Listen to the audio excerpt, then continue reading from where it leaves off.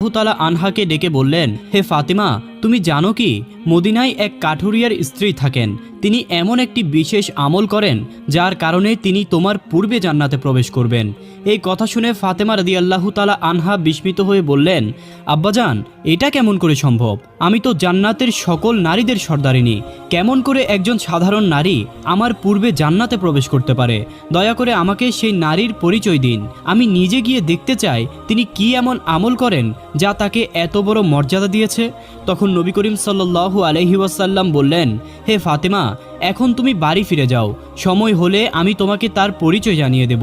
মা ফাতেমা রাদিয়াল্লাহু তাআলা আনহা নবীর নির্দেশ মেনে বাড়ি ফিরে এলেন। এরপর কিছুদিন কেটে গেল। এ সময়ের মধ্যে হযরত ফাতেমা রাদিয়াল্লাহু তাআলা আনহা অসুস্থ হয়ে পড়লেন। একদিকে তিনি অসুস্থ ছিলেন এবং এর পাশাপাশি তার বাড়িতে টানা 3 দিন কোনো খাবারও ছিল না। খাদ্যের অভাব এবং দুর্বলতার কারণে তিনি বেশ অসহায় হয়ে পড়লেন। অন্যদিকে শেরে খুদা হযরত আলী রাদিয়াল্লাহু তাআলা আনহুর কাছেও তখন কোনো অর্থ ছিল না যার মাধ্যমে তিনি খাবার কিনে আনতে পারতেন। 3 দিন অতিবাহিত হবার পর হযরত ফাতেমা রাদিয়াল্লাহু তাআলা আনহা হযরত আলী রাদিয়াল্লাহু তাআলা আনহুর কাছে একটি পুরাতন কাপড় এনে বললেন, এই কাপড়টির কথা আপনার নিশ্চয় মনে আছে, আমাদের বিয়ের সময় আমার আব্বাজান রাসূলুল্লাহ সাল্লাল্লাহু আলাইহি ওয়াসাল্লাম এটি আমাকে হাদিয়া হিসেবে দিয়েছিলেন। এটি অত্যন্ত বরকতময় একটি কাপড়, যদিও আমার মন চায় না এটি বিক্রি করতে, তবে যেহেতু আমাদের ঘরে আজ 3 দিন যাবৎ কোনো খাবার নেই, তাই এই অবস্থায় এটি বিক্রি করা ছাড়া আর কোনো উপায় নেই। আপনি এটিকে বাজারে নিয়ে যান এবং এর মূল্য দিয়ে কিছু খাবার কিনে আনুন। হযরত আলী রাদিয়াল্লাহু তাআলা আনহু কাপড়টি নিয়ে বাজারের উদ্দেশ্যে রওনা হলেন। বাজারে গিয়ে তিনি কাপড়টি বিক্রি করার জন্য অনেক ক্রেতাদের দেখালেন, কিন্তু এটি অনেক পুরনো হওয়ায় কেউ তা কিনতে রাজি হচ্ছিল না। এ অবস্থায় তিনি খুব হতাশ হয়ে পড়লেন।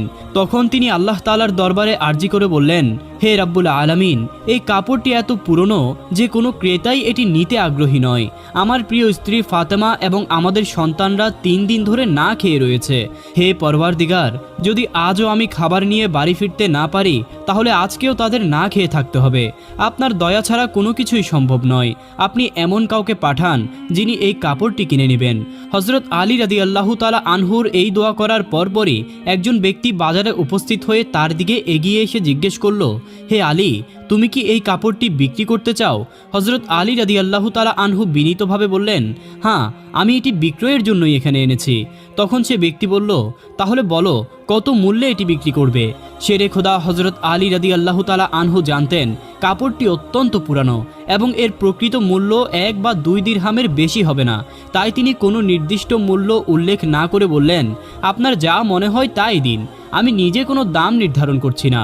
তখন সেই ক্রেতা বললেন,